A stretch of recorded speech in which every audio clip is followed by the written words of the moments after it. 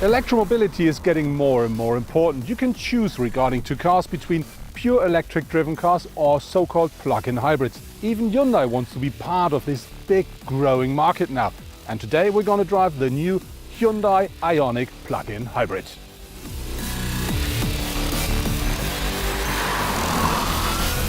Directly when you look at the front of the new IONIQ, you instantly see this must be a Hyundai. Not only because of the logo here, which also covers parts of the sensor systems. No, because of the grille, because this is the typical Hyundai grille. Very important, you can instantly see also that this is part of the electromobility fleet of Hyundai because of this blue line down here.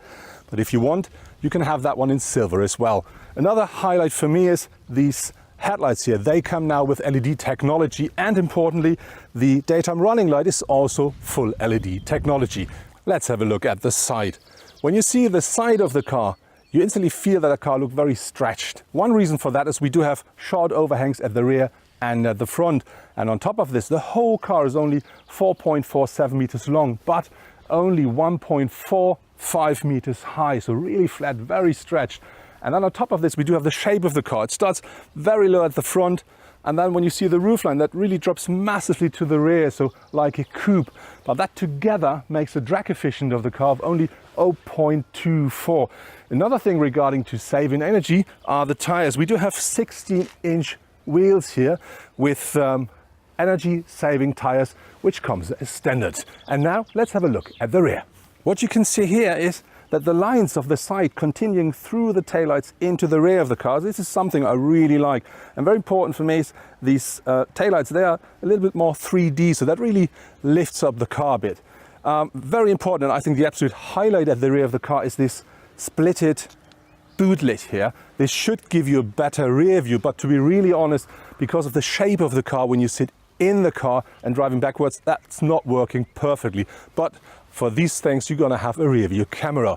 Overall, I have to say the rear of the car is really matching the whole concept of the vehicle. Beneath the hood of our IONIQ, we do find two hearts because this is a plug-in hybrid. The first one is a 1.6 liter petrol engine, a 4-cylinder, and that offers 105 horsepower. On top of this, we do have the electric engine, and that adds another 61 horsepower. So together we do have a system output of 141 horsepower altogether. This is enough for a top speed of 178 kilometers per hour or an acceleration from 0 to 100 in only 10.6 seconds. Very important, this is a plug-in hybrid, which means you can drive the car on pure electric energy if you want. Hyundai says with the fully charged battery, the electric range of the car should be 63 kilometers.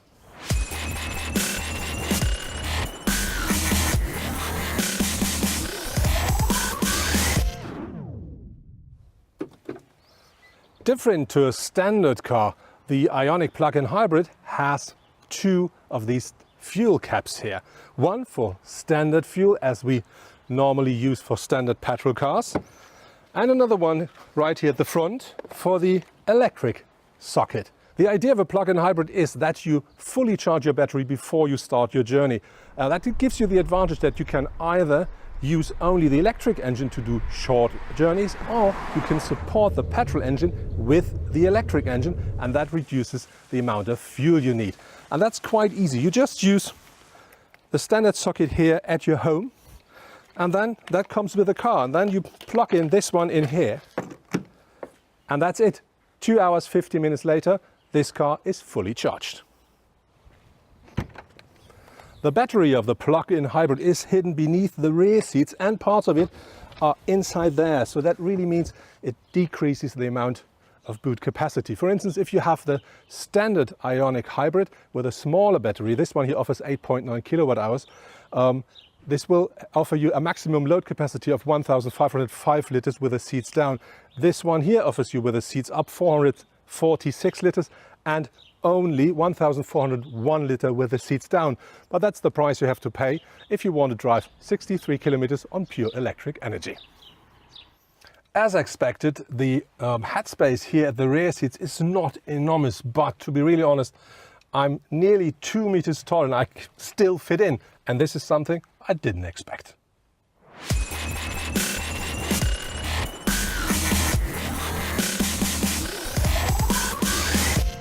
Regarding to the interior of the IONIQ, I have to say, I think the perfect word is modern. We have everything here grey in grey with some blue, and this is the blue we've already found at the front and the rear of the car.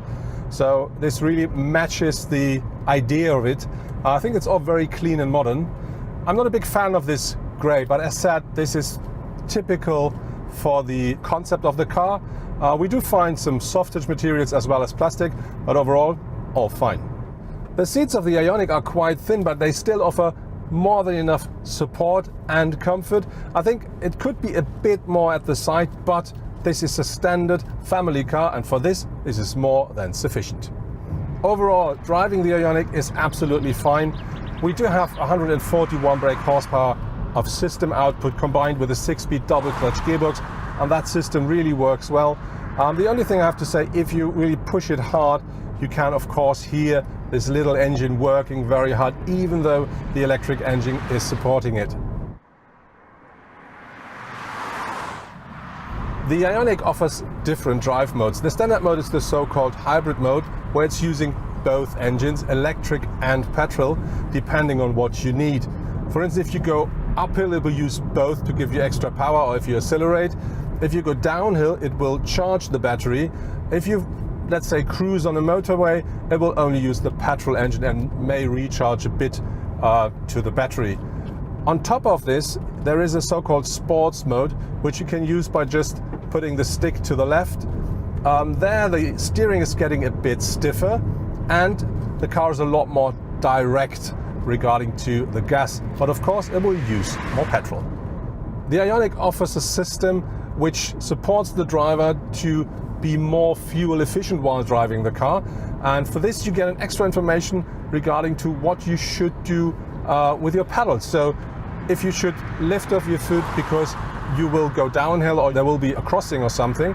And very important here is the IONIQ is using the sat-nav for this support as well. So it really knows, for instance, you will turn right after 400 meters and it will tell you just get your foot off the pedal now to use less fuel. And this will happen very often before you normally will do it. And so this, at the end of the day, will save some fuel.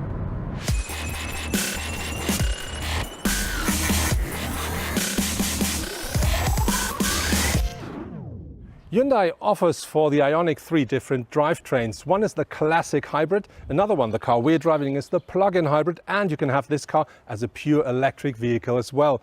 One thing they all have in common, all are very modern cars. And they are not only very modern regarding to the shape, the look of the car or the drivetrain, also when it comes to the interior. What you will find is that the car is fully connected. You can easily plug your phone if you want, and you will find all the modern driver assistant and safety systems as well.